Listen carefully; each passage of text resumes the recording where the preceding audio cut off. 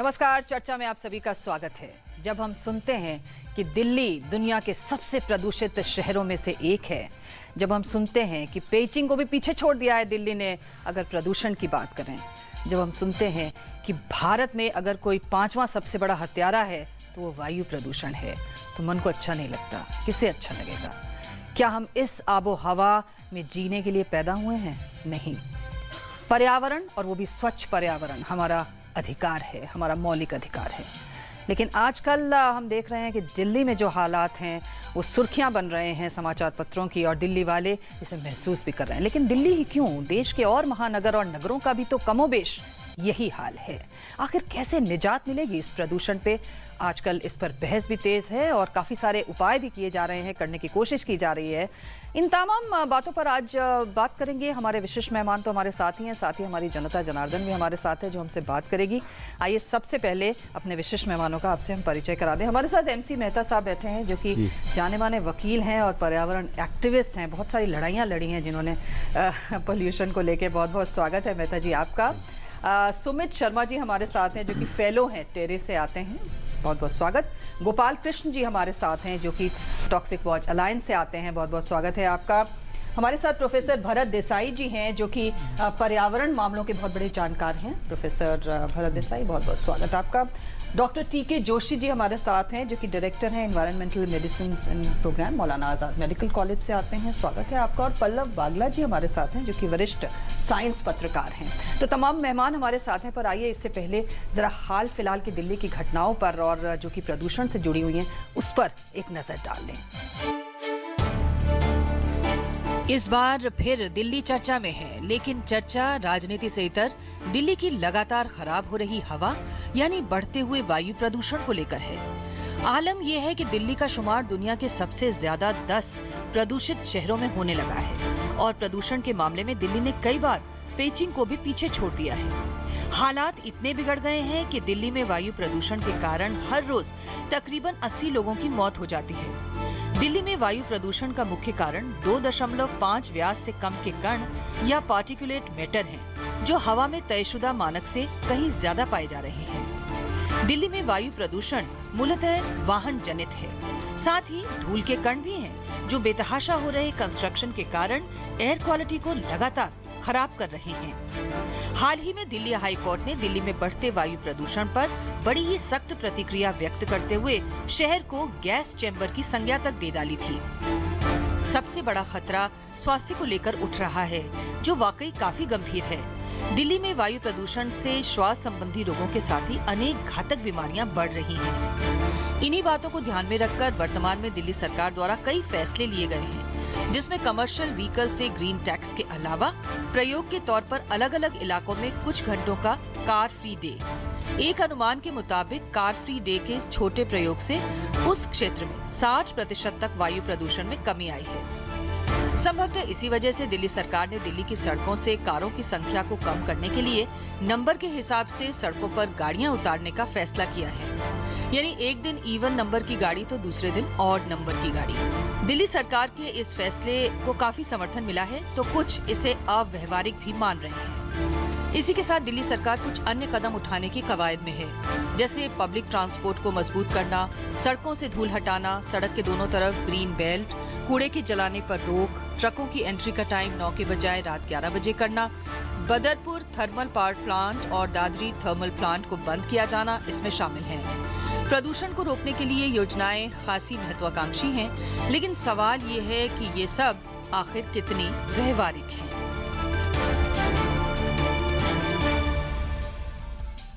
तो प्रदूषण तो है, लेकिन जब दिल्ली हाई कोर्ट ने ये टिप्पणी कर दी कि गैस चैम्बर बन गई है दिल्ली, तो उसके बाद जैसे जाग खुल गई और उसके बाद कई तरह के मेजर्स, कई तरह के उपायों की घोषणा भी कर दी गई, क्या क्या करेंगे।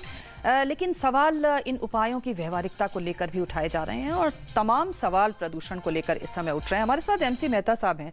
मेहता जी, अभी दिल्ली का क्योंकि बात गर्मा गर्म है तो दिल्ली पर चर्चा चल रही है। इसका मतलब ये नहीं है कि प्रदूषण सिर्फ दिल्ली में है, हमारे बाकी महानगर भी उसके शिकार हैं। पर चलिए अगर प्रयोग के तौर पर दिल्ली की बात कर लें, किस प्रकार से आप देख रहे हैं दिल्ली में विगत 20-25 साल से चल रहे और बढ़ते चले जा रहे इस प्रदूषण को, और इस प्रदूषण को लेकर समय समय पर किए गए उपायों के बारे में?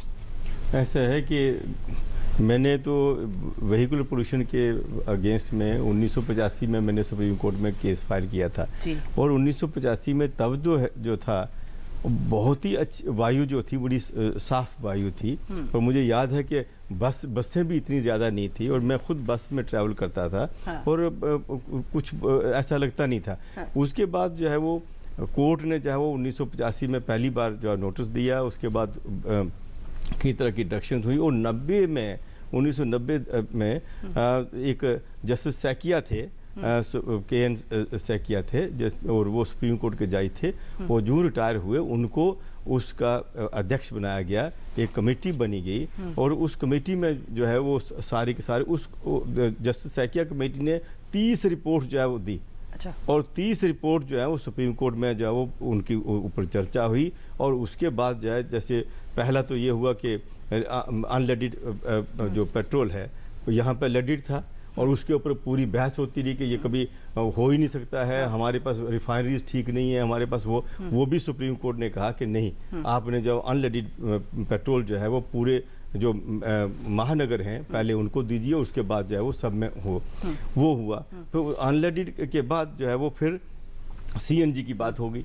तो सुप्रीम कोर्ट ने कहा कि नहीं, आप सीएनजी के ऊपर जाओ करिए। और सीएनजी जो है वो एक साधन था बड़ा क्लीन फ्यूल के लिए जी। तो उसके लिए जो है वो भी बहस कोर्ट को ही करना पड़ा। वो भी हो गया जी, वो भी 1998-99 में हुए, वापस बैक टू स्क्वायर वन हो गया अभी। फिर क्या हुआ कि उससे क्या हुआ, जो सीएनजी होने से बसें जब आना शुरू होगी, सब कुछ हुआ, तो दिल्ली जो फिर उस वक्त थर्ड पोल्यूटेड सिटी जो थी वर्ल्ड में थी, वो फिर साफ हो गई। ठीक है। और सब लोग जो उन्होंने महसूस किया कि हाँ ये बिल्कुल अब तो बहुत अच्छा लग रहा है। हाँ। लेकिन दिल्ली सरकार और भारत सरकार ने उसके बाद जो बिल्कुल वो सो गए दोबारा के द्वारा और उन्होंने जितनी गाड़ियां जो थी उनको रजिस्टर करना शुरू किया। जो मापदंड जो और अपनाने चाहिए थे वो किया नहीं। अब जैसे था भारत 4 जो है वो भी सुप्रीम कोर्ट ने लागू किया। अयोर 4 जिसको बोलते थे वो भी जो सुप्रीम कोर्ट से मेरा कहने का है कि जो जितनी भी जो परिवर्तन आया है वो सिर्फ सुप्रीम कोर्ट की वजह से हुआ है जी। और अगर ये नहीं होता तो अभी आप बताइए, हम कहते हैं कि हम गैस चैम्बर में हैं, अब इससे ज़्यादा और कौन सा चैम्बर बनेगा? हम तो फर्नेस में हैं और इस फर्नेस में तो सारी के सारे लोग, दिल्ली पूरा एक फर्नेस बन चुकी है और इसमें जो जितना लोग जो हैं, अब देखिए बीमारियां कितनी ज़्यादा बढ़ गई हैं। हॉस्पिटल्स में जाइए तो डॉक्टर से मैं पूछता हूं तो कई गुना ज़्यादा जो डॉक्टर पेशेंट्स जो वहाँ पे चले गए और कई लोग तो इतने गरीब हैं उनके पास पैसा भी नहीं कि उनको इलाज करवा पाए। तो ये जो चीज़ें हो रही हैं और इसी तरह से बाकी के महानगर जो है वहाँ पे भी सुप्रीम कोर्ट के यही ऑर्डर्स हुए थे और उसके बाद जो ये हुआ। अभी तक भारत 4 जो है दिल्ली के ये 4 महानगरों में और बाकी के शहरों में बाकी के छोटे शहरों में नहीं चल रहा है वहाँ। नहीं, 4 में है। हाँ, नहीं 3 भी है कई जगह, इक्विवेलेंट टू 3 जी। हाँ, अच्छा, वो नहीं पर गलत है। आप उसको जो है वो अब 4 तो करिए, लेकिन जब तक कोई ऑर्डर नहीं होगा तब तक नहीं होगा कुछ। जी, हमारे साथ सुमित शर्मा जी हैं जो कि फेलो है टेरी से आते हैं। सुमित जी, ये जो सारा का सारा सीन चल रहा है और इसमें कुछ उपायों की भी चर्चा आजकल चल रही है कि साहब अगर हम ये कर दें तो शायद दिल्ली में प्रदूषण सॉल्व हो जाएगा। आपको क्या लगता है? सब जानते हैं सम विषम गाड़ियों को लेकर बात हो रही है। क्या आपको लगता है कि इस तरह के मेजर्स है, जैसे कि अभी बात कर रहे हैं कि लॉन्ग टर्म प्लानिंग में हमने क्या किया, वहां पे नजर नहीं आ रहा। जब कुछ हुआ तो हमने तुरंत कुछ करने की कोशिश की और उसके बाद हम भूल गए। तो आपको क्या लग रहा है, ये जो सारी कवायद हो रही है, ये भी क्या सिर्फ थोड़े समय के लिए कुछ कर गुजरने की एक कवायद ही है? देखिए, हमारे यहाँ जो भी मेजर्स लिए गए हैं वो उसी वक्त को ध्यान में रखते हुए लिए गए हैं, चाहे वो सीएनजी का हो, चाहे उससे पहले एमिशन नॉर्म्स का हो, चाहे अब ऑड इवन की बात है। कभी भी हमने लॉन्ग टर्म या मीडियम टर्म भी प्लानिंग हमने नहीं करी है और साइंटिफिक असेसमेंट्स का हमने सहारा नहीं लिया है कोई भी मेजर्स तैयार करने के लिए। हम ऑड और इवन की अगर बात करें तो गाड़ियों का जो शेयर है ओवरऑल एयर पोल्यूशन में वो 1/3 के करीब है। 1/3 में गाड़ियों का जो शेयर है वो केवल 15 से 20% है। तो हम ओवरऑल पोल्यूशन में 5% की बात हम कर रहे हैं। मतलब कारों से 5% का प्रदूषण हो रहा है, आप ये कह रहे हैं ओवरऑल इन्वेंट्री में जी। तो उसको हम कम करने की कोशिश कर रहे हैं, जबकि 95% जो और सोर्सेज हैं उस पर भी हमें ध्यान लगाने की जरूरत है। तो इसके लिए हमें क्या चाहिए कि एक साइंटिफिक स्टडी हो जिसके बेसिस पर हम डिसीजंस लें। निश्चित रूप से एक सराहनीय कदम है, एटलीस्ट ये इंटेंट दिखाता है गवर्नमेंट का कि वो इस विषय के लिए संवेदनशील संवेदनशील हैं, बट इससे बहुत ज़्यादा एक्सपेक्टेशंस हमें एयर पोल्यूशन के कंटेक्स्ट में नहीं रखनी चाहिए। ऑफ कोर्स कुछ कंजेशन में हम ज़रूर कुछ कमी देख सकते हैं। हमारे साथ गोपाल कृष्ण जी हैं। गोपाल कृष्ण जी, अगर दिल्ली की बात करें तो जो प्रदूषण के लेवल्स हैं, और जो पेचिंग में अभी हमने देखा कि उन्होंने कहा कि साहब रेड अलर्ट, 3 दिन तक उन्होंने सब बंद कर दिया, स्कूल बंद कर दिए, कारखाने बंद कर दिए, सम विषम गाड़ियां चलानी शुरू करी, तमाम तरह के उन्होंने मेजर्स लिए। आपको क्या लग रहा है कि दिल्ली का जो प्रदूषण का लेवल है, माना जाता है कि वो पेचिंग के से कमतर है, मतलब हम पुअर की कैटेगरी में रखते हैं उसे। अगर ये पेचिंग होता तो शायद महीने भर दिल्ली बंद हो जानी चाहिए थी। तो ये जो कॉन्ट्रास्ट दिखा रहा है, ये अपने आप में बहुत भयावह कॉन्ट्रास्ट है जिसकी हम बात कर रहे हैं। बिल्कुल, ये दिल्ली का जो एयर पोल्यूशन का मामला, ये एक कॉकटेल ऑफ पॉल्यूटेंट्स हैं। वो इंडस्ट्रियल सोर्सेज से हैं, वेहिकुलर पोल्यूशन से हैं, जो और ऐसे भी बहुत बार बातचीत होती अभी दिख रही है जैसे सड़क पर प्रदूषण है और घर के अंदर प्रदूषण नहीं है। इंडोर एयर पोल्यूशन और आउटडोर पोल्यूशन दोनों का एक इंटरेक्शन है। तो ये जो पूरा कॉकटेल है, उस कॉकटेल को एड्रेस नहीं किया जा रहा है। कॉकटेल ऑफ एयर पोल्यूटेंट्स, उसमें ग्रीन हाउस गैसेस हैं, पर्सिस्टेंट ऑर्गेनिक पोल्यूटेंट्स हैं, हैवी मेटल्स हैं, मरकरी जैसी। ये जो थर्मल पावर प्लांट बंद करने की बात हो रही है, तो उसी समय सरकार भूल जाती है कि यहाँ ओखला में कचरा जला करके परसिस्टेंट ऑर्गेनिक पोल्यूटेंट्स निकाले जा रहे हैं, डाइऑक्सिन्स जैसे, हैवी मेटल्स, मरकरी जैसे। तो जब, और वो ऐसे केमिकल्स हैं जो वार केमिकल्स के रूप में इस्तेमाल किए गए थे कभी यूएसए द्वारा वियतनाम के ऊपर। तो लोग एक्सपोज हो रहे हैं पीस टाइम में वार केमिकल्स से। और पोल्यूशन और कंटेमिनेशन का बात ऐसे बड़े विनम्र तरीके से किया जाता है, जबकि ह्यूमन बॉडी सिस्टम पर वार छेड़ दिया गया है। जब युद्ध हो स्वास्थ्य पर, पर्यावरण पर, तो इतने बड़े संकट के लिए, पर्यावरण और स्वास्थ्य के संकट के लिए, जलवायु के संकट के लिए ये जो एकाध कदम उठाए गए हैं उसका तो 100% स्वागत किया जाना चाहिए, लेकिन ये काफ़ी नहीं है। और वेहिकुलर पोल्यूशन का कंट्रीब्यूशन कम नहीं है। ये पहले भी सीएनजी के समय में भी याद है, सबको याद होगा कि कैसे कुछ संगठनों ने सीएनजी का विरोध किया था। तो जो व्हीकल वाली लॉबीज हैं, ऑटोमोबाइल मैन्युफैक्चरर्स हैं, वो उसको कमतर करती रही हैं, लेकिन उनका कंट्रीब्यूशन कभी भी कम नहीं रहा है। वो बहुत सिग्निफिकेंट कंट्रीब्यूशन है। जैसे डीजल व्हीकल्स का है, पर डे 1400 गाड़ियां आ रही हैं, डीजल कार्स आ रही हैं दिल्ली के सड़कों पर। It's a major contribution.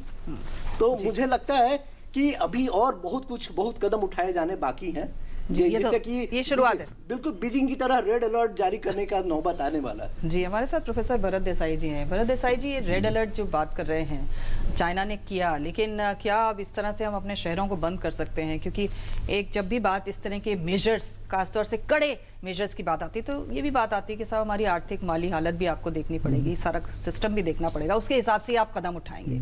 पर फिर भी जहाँ पर जीने और मरने का सवाल हो, तो वहाँ तो कुछ ना कुछ दवा ऐसी करनी ही पड़ेगी आपको, चाहे वो भले ही कितनी भी कड़वी क्यों ना हो, आपको वो घूंट तो भरना ही पड़ेगा। बिल्कुल, आई थिंक ये जो हालात जो अभी निर्मित हुए, उसमें कुछ ऐसे कोई ताज्जुब की बात नहीं है। मेहता साहब ने काफ़ी लंबा पूरा उसका ब्यौरा देके बताया कि ये काफ़ी समय से जद्दोजहद चल रही है।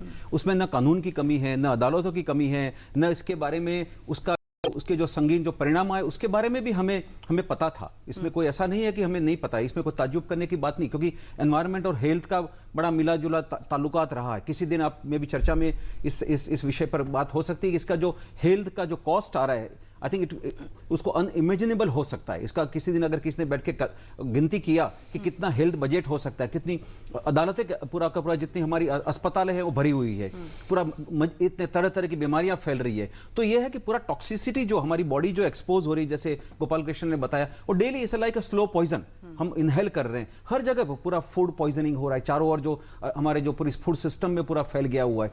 तो यह है कि जो परिणाम है इसमें बहुत, तो हम सब मिले इसमें शामिल है। इस पूरी जो रेस चल रही है, एक्चुअली ये जो है कि हमने एक विकास की राह पकड़ लिया है। ये विकास की राह जो है वो प्रदूषण उसमें निर्मित होना ही है, क्योंकि राह ही ऐसा है। आप पहले हम एक समस्या खड़ी करते हैं, फिर उसका उपाय ढूंढते हैं। जैसे वेस्टर्न मॉडल ऑफ डेवलपमेंट हमने जो अपनाया हुआ है, वेस्ट ने भी यही किया, पहले समस्याएं खड़ी किया, फिर हम उसका उपाय ढूंढने निकलते हैं। तो इसमें कि काफ़ी हम लोग उसमें जुड़े हुए, हमें जब तक हम इसमें से सोल सर्चिंग नहीं करेंगे कि इसमें ढांचागत परिवर्तन आना चाहिए। हमने ऐसा माहौल कर दिया, जैसे कि अभी शहरों को बंद करने की बात चल रही है, जैसे इवन एंड ऑड नंबर्स के बारे में बात चल रही है, कभी कुछ और बात, तो ये उपाय और जो सोच ऐसी है कि जैसे हम खिड़कियां बंद कर रहे हैं और दरवाजे हमने खुले रखे हुए हैं। तो ये एक एडहॉक किस्म के मेजर्स है, जैसे एक दाढ़ी किस्म का जो अप्रोच है, आज किया कल भूल गए, हमें को लॉन्ग टर्म प्लान में, क्योंकि हम ये हमारे सिस्टम में ये नहीं है कि हम बहुत लॉन्ग टर्म प्लानिंग करके चलें, हम एक प्रोफेशनल अप्रोच ले, हमें बहुत दूर की सोचने का हमें बहुत जरूरत है, जो हमने कभी किया नहीं। हम बहुत ही शॉर्ट टर्म मेजर्स में रहे हैं, तो इसमें ये जो परिणाम हो रहा है उसका तो हमें सामना करना ही पड़ेगा, और जिसमें आमूल परिवर्तन की जरूरत पड़ेगी। इसमें ये टिंकरिंग से, पॉपुलिज्म से, लोगों को playing to the gallery, vote bank politics से, इससे कोई समस्या का, क्योंकि आम आदमी तो इसका सहन करना ही वाला है, सहन कर रहा है और भुगत रहा है बेसिकली। डॉक्टर टीके जोशी जी हमारे साथ हैं। डॉक्टर साहब, जैसे अभी प्रोफेसर साहब कह रहे थे कि साहब आपने खिड़कियां तो खोल दी, दरवाजे तो आपने बंद कर लिए, सवाल ये है कि जो मर्ज की दवा है वो वहां तक जानी चाहिए ना, उसकी जड़ तक जाए, आपने ऊपर से कुछ काट छाट कर दिया। और हम जानते हैं कि स्वास्थ्य के साथ बहुत बड़ा खिलवाड़ एक तरह का हमारे साथ हो रहा है जब हम इस वायु प्रदूषण में रहते हैं, सांस लेते हैं। किस तरह का खतरा खासतौर से स्वास्थ्य को पोज करता है ये पर्यावरण में जो ये प्रदूषण का लेवल इतना ज्यादा बढ़ रहा है? देखिए, इसको हम इस तरह से कह सकते हैं कि एक तो उसका तुरंत प्रभाव पड़ता है। हाँ। जो हमारे यहाँ लेवल इस समय दिल्ली में हैं, उससे आंखों में जलन होना, आदमी को बार बार खांसियाँ आना, गले में खराश होना, ये चीज़ें बढ़ जाए। ये तो एक इमीडिएट इफेक्ट है, लेकिन इसके जो लॉन्ग टर्म इफेक्ट हैं, जैसे कैंसर है, तीसरा क्या है कि जिन लोगों को बीमारियां हैं जो अंडर कंट्रोल है, मान लो किसी को एस्मा है, किसी को और सांस की बीमारी है, वो दवा ले रहा है, इस लेवल पर वो एक्टिवेशन उसका हो जाता है। यानी या तो उसको अटैक पड़ जाएगा या उसको ज़्यादा दवाइयाँ लेनी पड़ेंगी। ऐसे वक्त काफ़ी बाहर जो अध्ययन हुआ उसमें देखा कि ऐसे में इन्हेलर जो यूज़ होते हैं उनकी क्वांटिटी बढ़ जाती है और इन्फेक्शन जो है वो बार बार हो जाता है। जिसको एज़मा है उसके बाद हमने खुद जो सबसे पहले अध्ययन किया था दिल्ली में, उसमें ये निकल के आया कि ऐसी जब वायु हो जाती है तो जो जिनको दमे की बीमारी है उनको तकरीबन 4 से 5 गुने ज़्यादा हॉस्पिटल विजिट करनी पड़ती हैं। तो हॉस्पिटल में ऐसे मरीजों की संख्या बढ़ जाएगी। हमारे पास वैसे ही जो है संसाधन नहीं है कि हम इतने लोगों को इलाज कर सकें। और पांचवी बात है कि जितने प्रदूषण रहित बीमारियां हैं इनका कोई इलाज नहीं होता है। अच्छा। इनका इलाज है रोकथाम, यानी प्रिवेंशन और एक एंटिसिपेशन। अब हम इस समय अनुमान लगा सकते हैं, अभी कैंसर वगैरह ऐसी चीज़ें, इसको लिंक करना पोल्यूशन से बड़ा मुश्किल है, लेकिन ये प्रूवन है कि जो international agency for research of cancer है उसने 97 में ये विचार रखा था कि जो डीजल पोल्यूशन है ये सस्पेक्ट कार्सिनोजन है। आज के दिन वो ये कहते हैं कि ये पक्का कार्सिनोजन है। तो ये शर्तियाँ हम मान के चलें कि आज से कुछ साल बाद, क्योंकि कैंसर एक बड़ी लंबी प्रोसेस है, बहुत समय लगता है, काफ़ी लोग इससे कैंसर से, लंग कैंसर से मरेंगे क्योंकि सीधा लंग में जा रहा है डीजल पोल्यूशन और पोल्यूशन। और जो इनको एज़मा है, जिनको इस तरह की बीमारियां हैं, लेकिन सबसे ज़्यादा खतरा इसमें क्या है कि अगर मैं बुज़ुर्ग हूँ, मेरी 75-80 साल की उम्र है, मैं शायद 5 साल और जीता, वो मेरे 5 साल ज़िंदगी के इसमें निकल जाएंगे, मैं 5 साल पहले चला जाऊंगा। और बच्चों पे इसका बहुत प्रभाव है कि बच्चे जो हैं, आप देखिए किसी भी पीडियाट्रिशियन से बात करिए, कहते हैं चाइल्डहुड एज़मा जो है बच्चों में वो बहुत बढ़ गया है, बहुत ज़्यादा। वो इसका कारण यही है। हमारे साथ पल्लव बागला जी बैठे हुए हैं जो कि जाने माने साइंस पत्रकार हैं। पल्लव बागला जी, ये जो तरह तरह के उपायों की जो घोषणा की जा रही है, बहुत सारे लोग इनकी व्यवहारिकता पर सवाल उठा रहे हैं। एनजीटी ने ये कहा है कि जो ऑब्जर्वेशंस उन्होंने दी हैं उसमें उन्होंने कहा है कि इससे तो गाड़ियों को और लेने की, खरीदने की होड़ बढ़ जाएगी और इससे प्रदूषण भी कम नहीं हो पाएगा। तो फिर हम वापस वही बैक टू स्क्वायर वन ही पहुंचने वाली स्थिति में नजर आ रहे हैं। देखिए, बैक टू स्क्वायर वन तो आ जाएंगे बारी बारी। मेहता साहब ने एक बारी हवा साफ करवाई थी दिल्ली की, साफ हो गई थी हवा, बड़ा अच्छी लगती थी दिल्ली। फिर वही बैड पॉलिसीज आई, डीजल की गाड़ियां बढ़ गई, गाड़ियों का नंबर बहुत बढ़ गया, किसी ने कंट्रोल नहीं किया, सब्सिडी डीजल पे ज्यादा थी, पेट्रोल के ऊपर पैसे ज्यादा थे, लोगों ने डीजल की गाड़ियां धड़ाधड़ खरीदी और उसके कारण प्रदूषण बढ़ गया। लेकिन मुझे जो सबसे ज्यादा ताज्जुब होता है कि अभी भी हमारे पास क्लियर कट कोई रिपोर्ट नहीं है कि किस सेक्टर से कितना पोल्यूशन आ रहा है। ये अपॉर्शनमेंट की जो स्टडी है जिसको खेजरीवाल साहब बात कर रहे हैं बारी बारी और उनके हेल्थ मिनिस्टर बात कर रहे हैं, वो रिपोर्ट मैंने बहुत ढूंढी।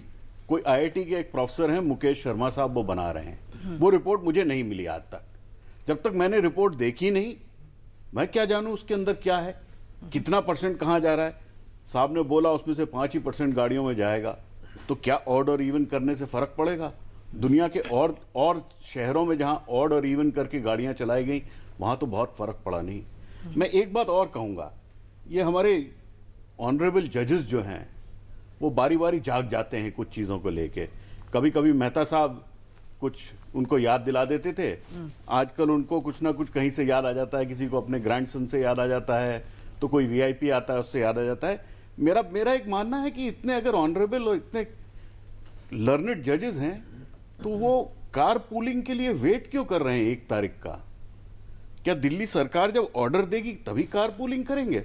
सुप्रीम कोर्ट के जज हैं, वो कार पूलिंग कल से शुरू कर दें। अगर वो कल से शुरू करेंगे तो बाकी जनता को लगेगा कि आपने बहुत बड़ा काम किया है।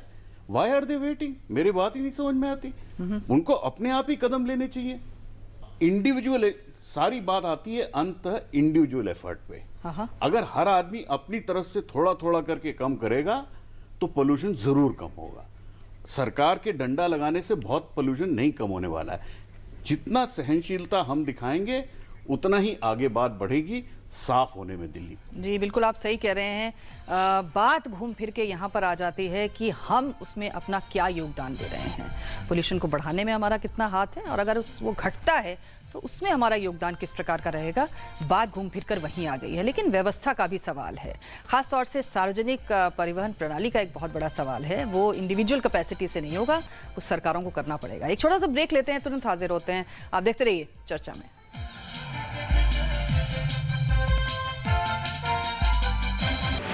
Now the National News Channel of India, live on your mobile phone.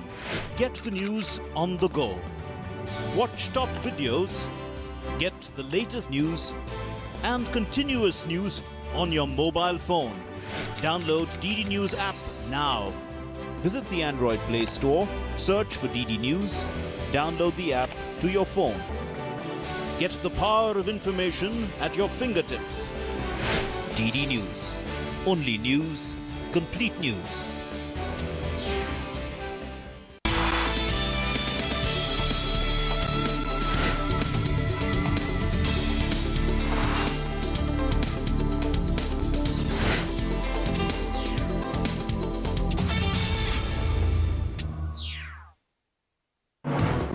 हर दिन बदलती खबरें, हर पल बनती नई सुर्खियां, खबरों की रफ्तार के साथ हर दोपहर दुनिया की ताजा तस्वीर।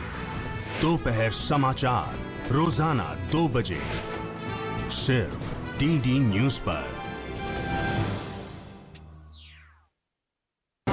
सुर्खियों की भीड़ में अहम खबरें, असल मुद्दे जो डालते हैं आपकी जिंदगी पर असर। दिन भर की हर बड़ी खबर का बेबाक विश्लेषण, सच, सटीक, संपूर्ण। न्यूज नाइट, सोमवार से शुक्रवार रात 8 से 10 बजे सिर्फ डीडी न्यूज पर।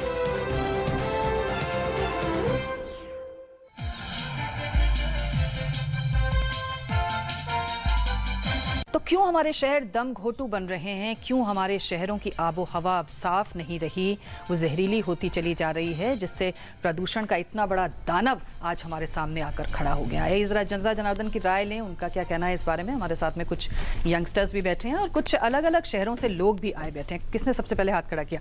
हाँ बताइए। क्वेश्चन इज दैट कि अभी इंडिया में जहाँ पे people are striving with poverty, people को they are not aware of the effects of pollution. They are still like कि earning more money. They are not keen to know that what are the effects of pollution. तो to bring the things to the grassroots level and to implement them कि हाँ pollution का effect आपका इस future effect में जा सकता है कि आपको हेल्थ इफेक्ट्स ये होता है। तो what are the things that one should do so that grassroots people should understand yes genuinely climate change is going to affect you in the near उसकी ग्रेविटी के बारे में उन्हें कौन बताएगा? जी आप बताइए। बोलिए, आप कहाँ से आते हैं और आपके शहर के पोल्यूशन का हाल बताइए जरा। हम आते हैं कर्नाटका से। जब हम when we came to Delhi, it was like complete a new atmosphere for us. Good or bad? Relatively bad. Bad in what sense? It won in pollution, noise pollution. Really? Because we came during Diwali time. Oh. So it was a bad experience here. When people know that we are suffering this much, I don't know. Delhi people should understand. We are already having this much pollution. Why we should burn those many crackers during that time? Okay हाँ आप बोलिए। हाँ, आप कहाँ से आते हैं? मेरा नाम रूबिया और मैं कर्नाटक से आती हूँ। अच्छा। तो मेरा भी एक्सपीरियंस ऐसा ही सेम था जैसे मैंने कर्नाटक से आई तो यहाँ पे पोल्यूशन इतना बढ़ गया था और रोड बहुत ही था और एंड वी आर लाइक बाप रे बाप रे जी हाँ अच्छा मैम आप भी बोलिए ज़रा हाँ बताइए। I'm confused actually why we the government is putting pressure on common people only. Like sir said that only 5% is there which by cars 5% pollution हो रहा है तो why we are not seeing the other part also like industries are also there so they are also polluting the environment so why action is not taken against them जी why only common people is always okay जी हाँ बात वहीं पर आती है कि हमें डेटा कलेक्ट करने की ज़रूरत है कि एक्चुअली हमारा कितना परसेंटेज कहाँ से आ रहा है और उसको हम कैसे कंट्रोल कर सकते हैं। जी मेरे ख्याल से एमसी मेहता जी से एक सवाल यहाँ पर बनता है। मेहता जी जैसे कि ये कह रहे हैं कि सिर्फ आम आदमी ही क्यों साहब, पहले तो आपको यही नहीं पता आ किससे रहा है, फिर दूसरी बात ये है कि सिर्फ हम ही क्यों भुगते हैं। सवाल ये भी तो है कि व्यवस्था को भी तो अपने आप को बदलना पड़ेगा, उसका क्या? ये बहुत सही सवाल है। 5% की तो बात तो वो तो गलत है पर ये तो बहुत ज़्यादा है। लेकिन इतना ज़रूर है कि इंडस्ट्रियल पोल्यूशन, अब इंडस्ट्रियल पोल्यूशन में भी दिल्ली से 1200 इंडस्ट्री जो मेजर इंडस्ट्रीज थी वो सुप्रीम कोर्ट के ऑर्डर पर बाहर गई। हाँ। और छोटी इंडस्ट्रीज थी, अब उनका भी बहुत ज़्यादा संख्या थी, 39,000 के लगभग आती थी। लेकिन उसके बाद जब उनको इंडस्ट्रियल स्टेट्स उनके लिए बाहर दिल्ली से बाहर बने और वहाँ पे जब इंडस्ट्रीज गई तो कई इंडस्ट्री, लेकिन फिर भी जो इलीगल इंडस्ट्रीज हैं वो दिल्ली में बहुत चल रही हैं। तो उसके कारण से जब प्रदूषण भी है और जो वायु में प्रदूषण जा रहा है और एयर, हम अभी एयर की बात कर रहे हैं तो एयर पोल्यूशन जब उनसे भी हो रहा है और उसको चेक करना वो भी तो दिल्ली सरकार का काम है या जो भी हैं जो कर्मचारी हैं या उनको देखना चाहिए। लेकिन उसके ऊपर जब वो आंखें मूंद लेते हैं। उसके बाद कंस्ट्रक्शन एक्टिविटीज़ हैं, कंस्ट्रक्शन भी बहुत हो रही है आसपास में, दिल्ली के आसपास में। और अब तो दिल्ली को आप समझ लीजिए कि पूरा एनसीआर ही वो इस ग्रिप में है। ऐसी बात नहीं है। और वहाँ से भी जो पोल्यूशन हो रही तो कई तरह के अलग अलग सोर्सेज भी हैं। लेकिन ये जो इंडस्ट्री जो पोल्यूशन जो ये नहीं कह सकते कि जो व्हीकल से हो रहा है उनकी बहुत कम है और वो भी अबव 50% या 60% से ज़्यादा ही है। जी सुमित जी जैसे कि आप कह रहे हैं कि ऐसा नहीं मानना चाहिए कि व्हीकलर से कोई कम हो रहा है, खासतौर से कारों से कोई कम हो रहा है। 5% का आंकड़ा आपने दिया था। लेकिन ये बताइए कि जो यूरो मानक हैं उनके पीछे भी तो एक बहुत बड़ी बात है कि सब 5 और 6 जो यूरो मानक हैं उनको आप क्यों नहीं लागू करते? क्योंकि ऑटोमोबाइल इंडस्ट्री का ये कहना है कि अभी हम 22-23 से पहले तो ऐसा कर ही नहीं सकते, हमारी अपनी प्रॉब्लम्स हैं। देखिए एक तो मैं ये कहना चाहूँगा कि मैंने पूरे व्हीकल पोल्यूशन के बारे में नहीं कहा कि वो 5% है। सर्टेनली वो 1/3 तो है ही और उससे ज़्यादा भी हो सकता है। बट उसमें कार का शेयर थोड़ा कम है जिसके बारे में मैं बोल रहा था। बट उसके साथ हमें ये भी नहीं भूलना चाहिए कि जो व्हीकल से धुआं निकलता है उसकी टॉक्सिसिटी कहीं ज़्यादा होती है और सोर्सेज के मुकाबले। जो कंस्ट्रक्शन डस्ट की बात करी उसकी टॉक्सिसिटी अगर आप व्हीकलर पोल्यूशन के साथ कंपेयर करेंगे तो व्हीकलर पोल्यूशन की टॉक्सिसिटी कहीं ज़्यादा है। डॉक्टर जोशी ने बताया अभी जो डीजल एग्जॉस्ट हैं वो कार्सिनोजेंस हैं, बट जो कंस्ट्रक्शन डस्ट है वो कार्सिनोजन उसमें नहीं है। तो इट्स बेसिकली सिर्फ क्वांटिटी ही नहीं, हमें टॉक्सिसिटी भी देखने की ज़रूरत है। और आगे आगे जिस तरीके से गाड़ियों की रजिस्ट्रेशन की रफ्तार बढ़ी है ये शेयर लगातार बढ़ने की उम्मीद है। इसीलिए हम बात करते हैं मानकों को लाने की, स्टैंडर्ड्स को लाने की, ताकि इस पर रोकथाम करी जा सके। और तब हम कहते हैं कि BS5 BS6 पर जाकर हमारे को इनके स्टैंडर्ड्स को लेके जाना चाहिए। और सर्टेनली अभी जो नोटिफिकेशन आया है मैं उसका स्वागत करता हूं जो बोलता है कि 2021 तक हम BS6 में पहुंच जाएंगे। जी वो तो गलत है। मैं तो इस देखिए 2021 तो बहुत दूर है। ये तुरंत ही करना चाहिए क्योंकि जब ये फ्यूल सारे का सारा बाहर के देशों से आ रहा है तो उसी क्वालिटी का फ्यूल लाएं। इनको ये कहने के रिफाइनरीज जब वो हमारी अपडेट नहीं है उसमें ये प्रॉब्लम है तो ये क्या प्रॉब्लम की बात है कि लोगों को अभी भरत जी बोल रहे थे जो WHO के डेटा है कि 3% जो GDP जो है हमारे देश का सिर्फ हेल्थ कॉस्ट है। तो आप 7 GDP की बात करते हैं और 3 तो आप उसमें अपने हेल्थ पे गवा दिया लोगों का। तो ये कहाँ की बात, ये कहाँ की बात हुई? जी हमारे साथ में कुछ और लोग हैं अपनी बात शेयर करेंगे। हाँ बोलिए। तब हम कोई पॉलिसी बनाते हैं तो उसके लिए कुछ बैकग्राउंड साइंटिफिक स्टडी या जिस भी उसमें कॉन्टेक्स्ट में वो आ रहा है पॉलिसी, उसका कुछ स्टडी होना चाहिए, हमारे पास बैकग्राउंड होना चाहिए, तभी हमारे पास पॉलिसी बनना चाहिए। बिना स्टडी के नहीं, बिना स्टडी के, बिना फोकस के हम कैसे। जी hi, my question is to professor Joshi sir. It's been कि काफ़ी पॉलिसीज बन गई हैं, 5% ग्रीन टैक्स भी आ गया है, ऑड इवन भी हो गया, लेकिन सर अगर हम बात करें कि कॉमन मैन के ऊपर उस इम्पैक्ट कैसे आ रहा है, उसके लिए क्या ऐसी पॉलिसीज आनी चाहिए कि वो कैसे उससे बचे? क्या वुड देयर बी चांसेस कि मास्क प्रोवाइड किया जाए पब्लिक लोकेलिटीज के ऊपर so that they can prevent themselves? जी जोशी जी, क्या मास्क लगाने से समस्या सॉल्व होगी? कब तक कहाँ मास्क लगा के जाते रहेंगे? मेहता साहब से थोड़ा सा इस मामले में डिसएग्री करूंगा। मेहता साहब ने सुप्रीम कोर्ट में PIL लगाया था कि सब मास्क पहनना दिल्ली में। जी नहीं, मैंने नहीं कहा। अच्छा, आपने कहा? जी नहीं, मैं चलिए किसी और ने कहा होगा। खैर वो एक PIL सुप्रीम कोर्ट ने जिसने लगाई तो वो सेक्रेटरी साहब ने मुझे भेजी, तो मैंने उसको बहुत अपोज किया।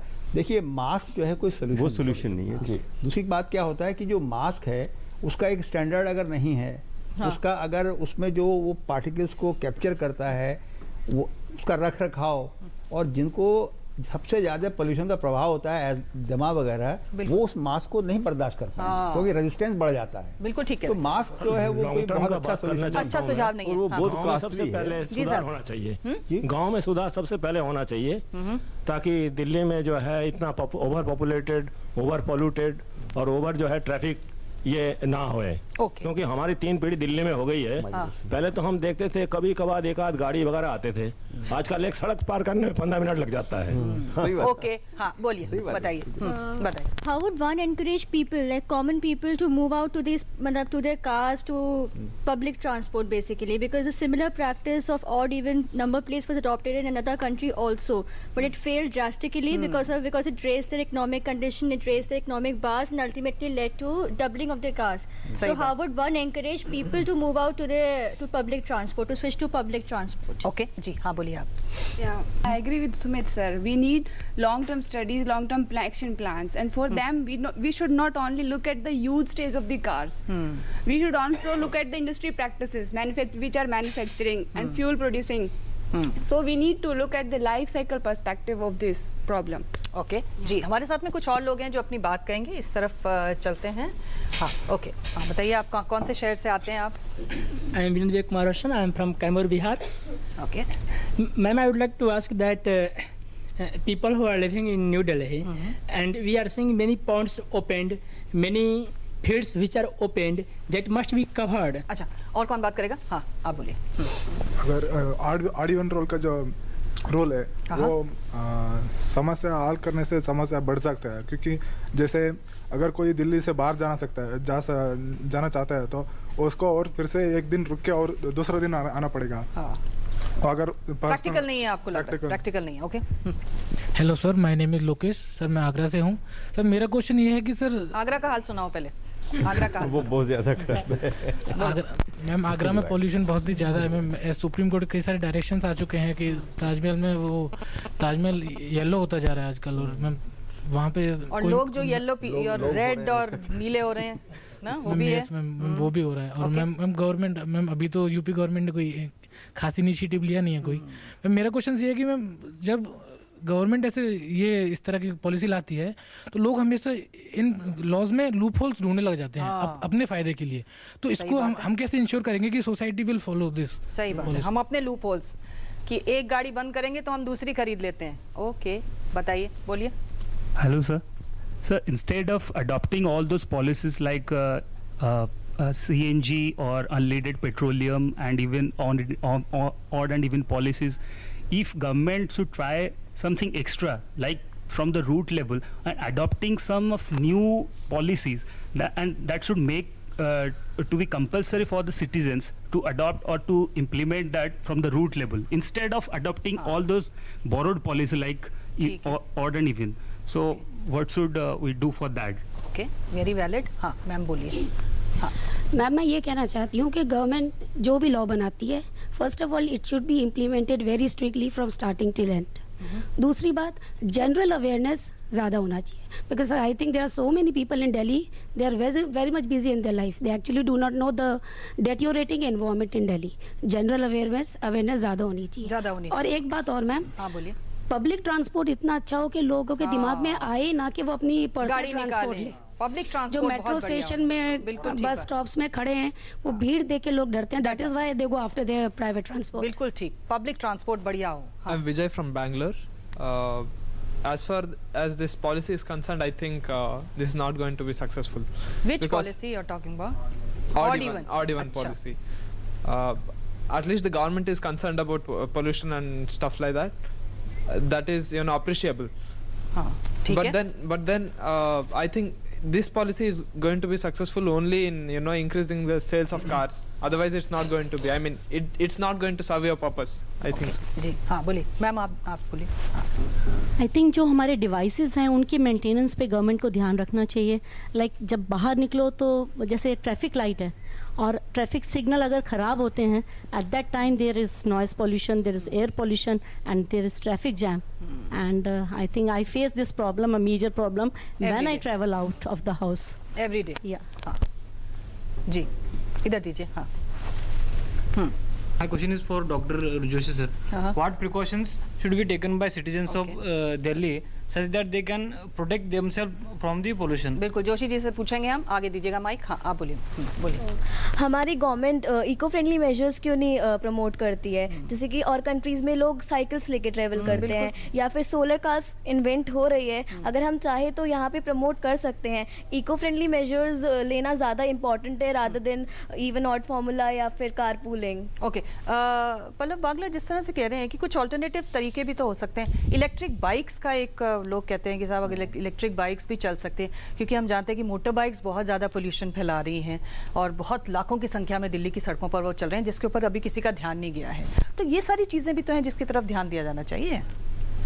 देखिए, इलेक्ट्रिक कार, इलेक्ट्रिक व्हीकल तभी सक्सेसफुल होगा जब वो सोलर पावर्ड होगा।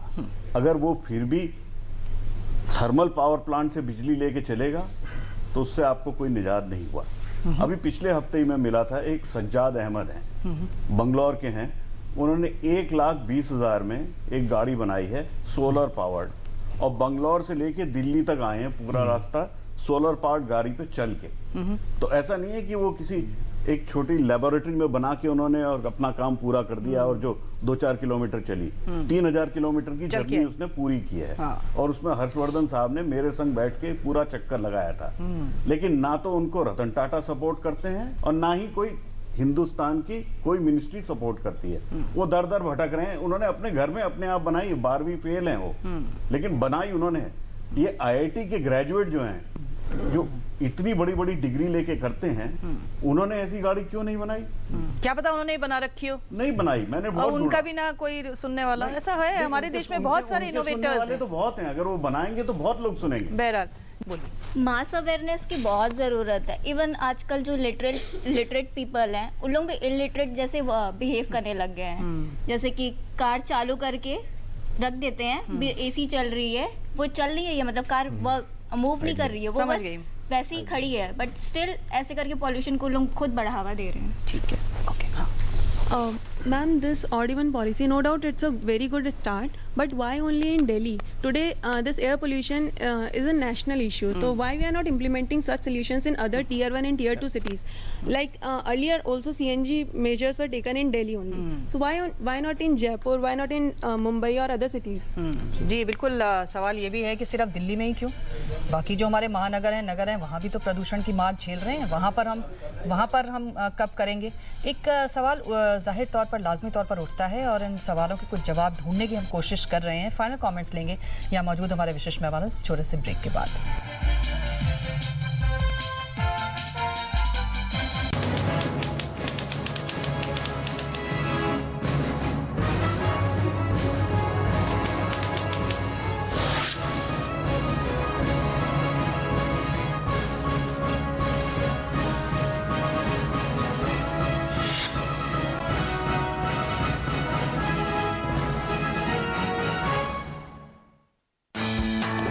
सुबह का सही आगाज ताजा खबरों के साथ, सुर्खियों के आईने से देश विदेश की सही तस्वीर और दिन के हर पहलू पर नजर। नया सवेरा सोमवार से शुक्रवार सुबह 7 बजे सिर्फ डीडी न्यूज पर।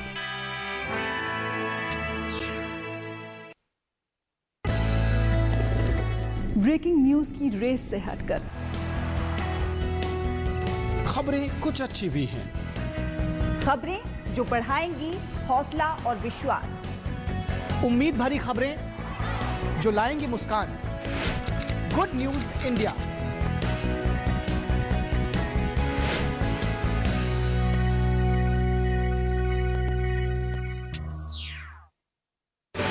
Now the national news channel of India, live on your mobile phone. Get the news on the go.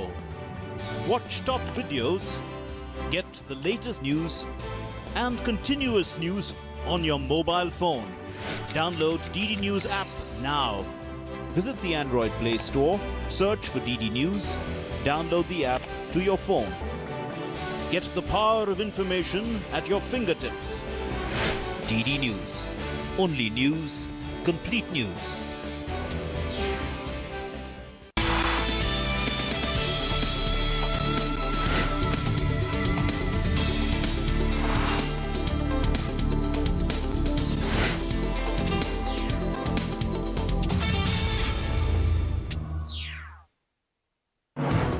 हर दिन बदलती खबरें, हर पल बनती नई सुर्खियां, खबरों की रफ्तार के साथ हर दोपहर दुनिया की ताजा तस्वीर।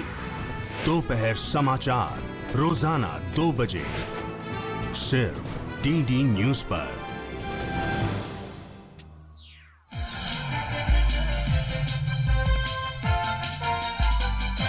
एक बार फिर से आपका स्वागत है। आज हम बात कर रहे हैं चर्चा में किस प्रकार से हम इस प्रदूषण से निजात पा सकते हैं, मुक्ति पा सकते हैं, क्या लॉन्ग टर्म मेजर्स हमको लेने चाहिए। पल्लव बागला जी, आगे की दिशा हमारी क्या होनी चाहिए और किस प्रकार के निर्णय हमें लेने चाहिए, और वो निर्णय भी ऐसे होने चाहिए जो कि इम्प्लीमेंट भी किए जा सकें। देखिए, क्लीन एयर जो है वो फंडामेंटल राइट है, उसको किसी भी तरह से आपको साफ हवा तो जनता को देनी पड़ेगी। वो भले केजरीवाल साहब को मेहनत करके, मुशक्कत करके कार लॉबी को, फ्यूल लॉबी को कंट्रोल करके करना पड़े, या उनको किसी सलाह मशवरा करके किस तरह से करना है वो तो उनको देखना है। लेकिन जनता की राय ये है कि उनको साफ हवा चाहिए। लेकिन यहाँ पे जनता का भी रोल है। अगर हर आदमी एक गाड़ी खरीदना चाहता है, अब ऑड इवन कर दिया उन्होंने, 2 गाड़ी खरीद लेंगे लोग, और उसमें भी एक गाड़ी पुरानी होगी जो ज्यादा पोल्यूशन करेगी, एक गाड़ी नई होगी जो कम पोल्यूशन करेगी। अब ये अपनी एक सहनशीलता चाहिए। जैसे महात्मा गांधी साहब ने कहा था, there is enough for everyone's need, not for everyone's greed. अब मैं अपनी बात बताऊं, आज मेरे को आना था अपने घर से आपके स्टूडियो में, मेरे पास ऑप्शन था गाड़ी से आऊं, बिल्कुल डोर टू डोर मेरे को मेट्रो मिलती है, मैं मेट्रो से आया। पर जिनको डोर टू डोर नहीं मिलती, लेकिन मेरे को 30 मिनट लगे मेट्रो से आने में, गाड़ी से आने में 45 मिनट से 1 घंटा लगता था।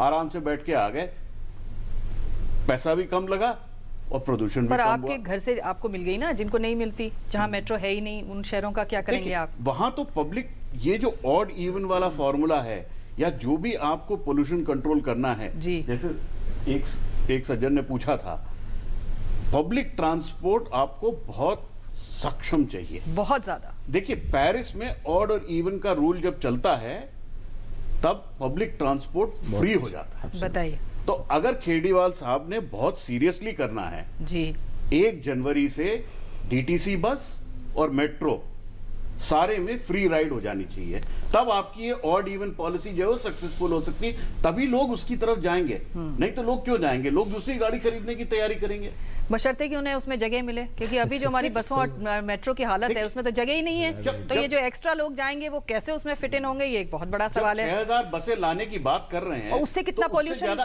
उससे कितना पोल्यूशन आपको कहीं तो कॉम्प्रोमाइज कुछ तो करना पड़ेगा। और हमारे साथ डॉक्टर जोशी हैं। डॉक्टर जोशी, आपने कहा कि मास्क लगाना कोई सोल्यूशन नहीं है, तो किस तरह के सोल्यूशंस हैं? क्योंकि फिलहाल तो हमें प्रदूषण के इस साए में ही रहना है, क्या करना चाहिए हमें? देखिए, आदमी इंडिविजुअल लेवल पर इसमें बहुत कम उसके पास ऑप्शंस हैं, लेकिन फिर भी ये अभी लंदन में बड़ा एक शोध हुआ है, उसमें ये पाया गया कि जो लोग कार में जाते हैं उनको 15 गुना ज़्यादा पोल्यूशन का इफेक्ट होता है बनिस्बत जो साइकिल पे जाता है या पैदल जाता है। तो अगर ये बात समझाई जाए, आप कार से जाएंगे आपकी हेल्थ को ज़्यादा नुकसान होगा, और जो एयर कंडीशन में कार में जाता है उसको और 6 गुना ज़्यादा नुकसान होता है, तो यानी 90 टाइम्स।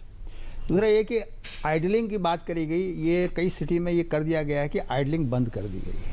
अभी कैलिफोर्निया में उन्होंने एक वो रूल पास किया कि कोई भी सबसे ज़्यादा जो असर होता है वो 150 फीट 500 फीट रोड से होता है। तो अगर आपको ऐसी बीमारी है और आप उसको बारे में बहुत सजग हैं, आप ऐसा रूट ले सकते हैं कि आपको कम से कम ट्रैफिक पोल्यूशन का सामना करना पड़े, या आप ऐसे आवर में निकलें, बहुत जगह ये फ्लेक्सी आवर्स का वो चलता है। जितना अच्छा आपका स्वास्थ्य होगा, ये सिद्धांत है मेडिसिन का, जितना अच्छा आपका स्वास्थ्य होगा उतना ही कम आपको पोल्यूशन का प्रभाव होगा।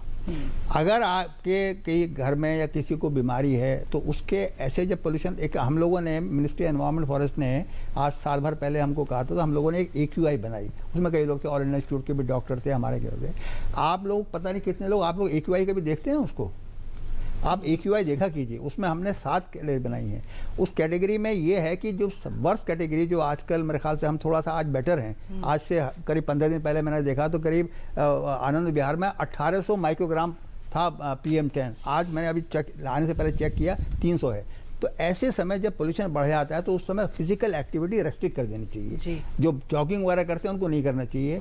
जितना टाइम आप इंडोर बिता सकते हैं ऐसे पोल्यूशन में, जो मेरा एनालिसिस ये है कि 5 से 10 के 5 बजे शाम को और 10 बजे ये पीक पीरियड है, क्योंकि क्या होता है कि सवेरे तो टेम्परेचर बढ़ता है तो पोल्यूशन जो है वो हवा गर्म होती है, लेकिन जब 5 के बाद ठंड होने लगती है तो इन्वर्जन हो जाता है। बिल्कुल। तो आप 5 और 10 के बीच में खास तौर पे सजग रहें। अगर आपका घर जो है वो मेन रोड पर खुलता है, खिड़की बंद करें, अपनी अंदर रहें। बच्चों को बहुत ज़्यादा मतलब एक्सरसाइज ना करना, क्योंकि अगर उसको एजमा है तो उसको फ़ौरन अटैक पड़ जाएगा अगर वो जाएगा।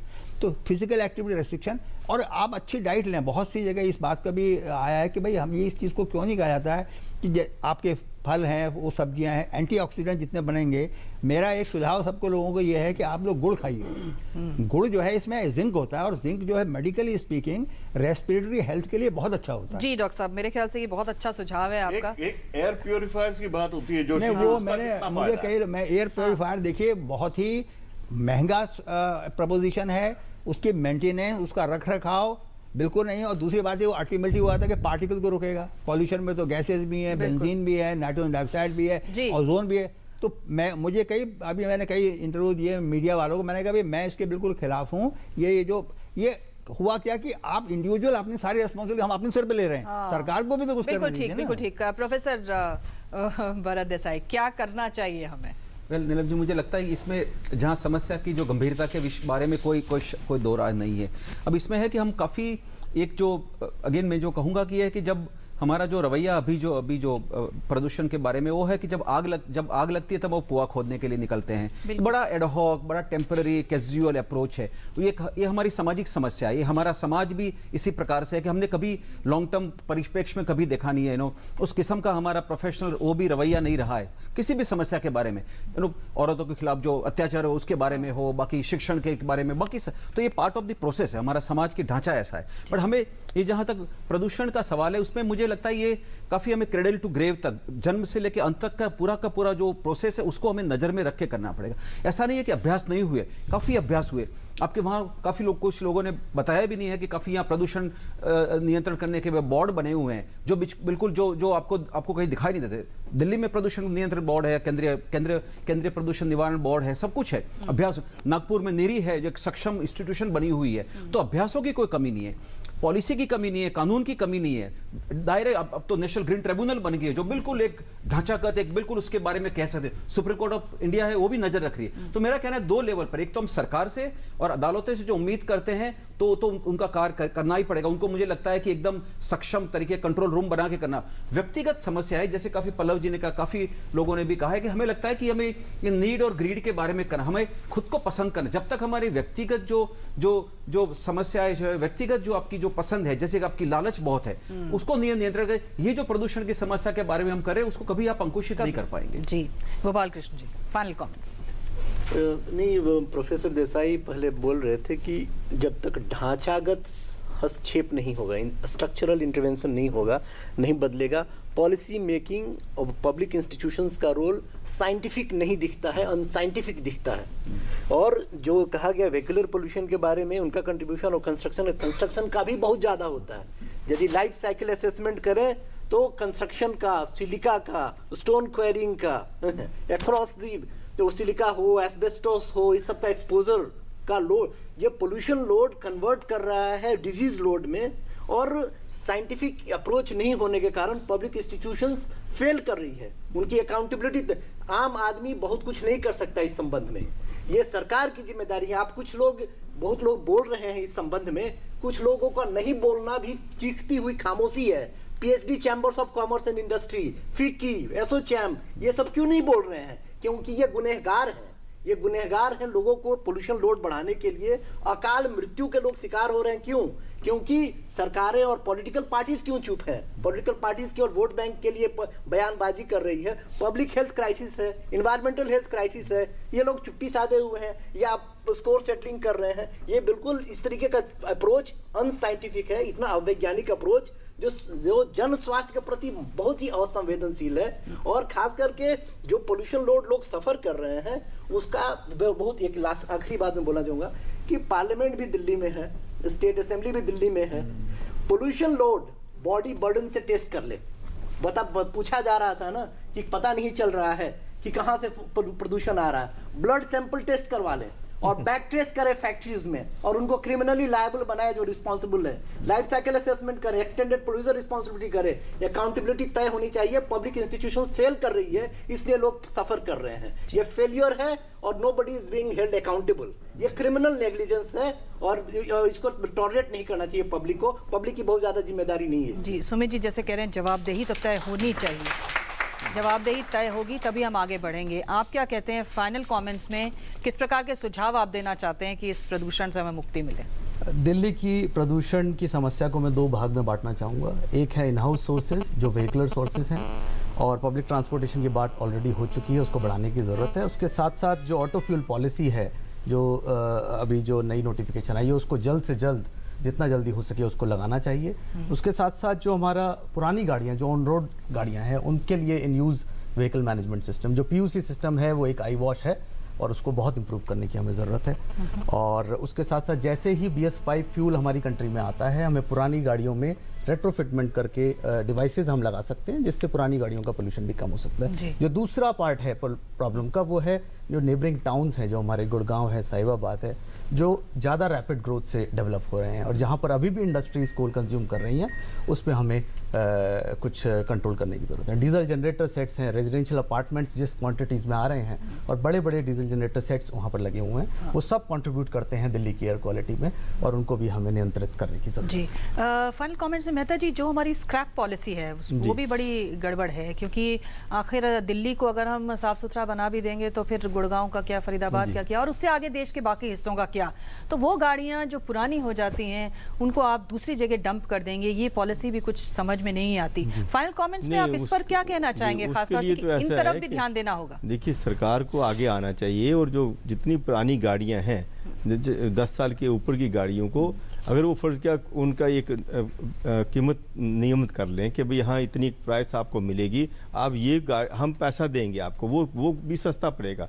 अगर बाहर सरकार ऐसे करती है और सरकारें, राज्य सरकारें ऐसे करती हैं तो वो भी बहुत सस्ता पड़ेगा, क्योंकि जो हेल्थ कॉस्ट के ऊपर जितना पैसा खर्च हो रहा है, हॉस्पिटल्स आफ्टर हॉस्पिटल, ऐसे लगता है कि दिल्ली पूरा हॉस्पिटल बन चुका है। अब हर जगह में कहीं भी जाइए, लोग घरों में भी बीमार हैं और हॉस्पिटल्स में भी पड़े हुए हैं, और फिर जो गरीब लोग जो बाहर से आते हैं, आप एम्स में चले जाइए, क्या हालत है। तो इसके लिए ये जो कॉस्ट होगी, ये जो एक टाइम के लिए ऐसा अगर हो जाता है तो पूरे देश की जो गाड़ियाँ हैं, एक तो कैरिंग कैपेसिटी जो दिल्ली की देखा जाए कि दिल्ली की सड़कों के ऊपर 1 करोड़ गाड़ी चाहिए, 2 करोड़ चाहिए या 10 लाख चाहिए, 5 लाख चाहिए, कितनी चाहिए, उतने ही रखी जाए। और फिर जैसे सिंगापुर मॉडल है या और भी है कि उतनी वही गाड़ियां जो उतनी ही रहनी चाहिए, और जैसे ऑक्शनिंग होती है, कोई दूसरा आदमी लेना चाहता है तो उस गाड़ी के ऊपर ऑक्शनिंग होती है और उसका खूब पैसा देना पड़ता है, जिसके पास पैसा होता है वो खरीद लेता है। तो ये एक चीज़ जो है ये बहुत ज़रूरी है कि कैरिंग कैपेसिटी देखी जाए दिल्ली की। एक दूसरा जो है, जहाँ पर जो है वो अगर रिप्लेसमेंट जो गाड़ियों की जो अगर कोई जो बेच के और उसका पैसा लोगों को मिल जाए और उसकी जगह जो है वो नई गाड़ी जो है वो लेना चाहें, लेकिन वो भी फिर सोच के लें कि भाई हमें ये लेना चाहिए, पब्लिक ट्रांसपोर्ट जो होनी चाहिए। और उसके साथ साथ जो है भारत जो हम कह रहे हैं कि भारत 4 पूरे देश में होना चाहिए, जो स्टैंडर्ड्स हैं वो लागू होने चाहिए, ये नहीं कि अभी तक भी कई शहरों में नहीं हुए। और मेट्रोज़ में इस वक्त जो है बहुत सख्त ज़रूरत है कि यूरो 6 जो स्टैंडर्ड्स हैं, जो भारत 6 स्टैंडर्ड्स हैं, वो 5 की तो बात छोड़ दीजिए, अब सीधा 6 के ऊपर आइए और वो लागू करिए। जी बिल्कुल सही कह रहे हैं मेहता साहब। और कुल मिलाकर जो ये वायु प्रदूषण का मसला है, लगता तो यही है कि एक तरह का विकास का ये साइड इफ़ेक्ट है, लेकिन हम इस साइड इफ़ेक्ट को भुगतने के लिए तैयार नहीं है, क्योंकि ये हमारे जीवन और मरण का सवाल है। तो पोल्यूशन के बारे में, पर्यावरण के बारे में हमें पहली अपनी सोच को इस प्रकार का करना है कि उसमें एक तो जवाबदेही तय करनी है, और जो मेजर्स लेने हैं वो लॉन्ग टर्म मेजर्स लेने हैं, ऐसे मेजर्स नहीं लेने हैं जो कि जब दिन दूसरा निकले तो उसके बाद वो ख़त्म हो जाए। हमें लॉन्ग टर्म प्लानिंग करनी होगी, तभी हमारा पोल्यूशन जो है उससे हम निजात पा पाएंगे। आज के लिए इतना ही, अगले हफ्ते एक नए विषय के साथ हम आपसे मुलाकात करेंगे, तब तक के लिए इजाज़त दीजिए, नमस्कार।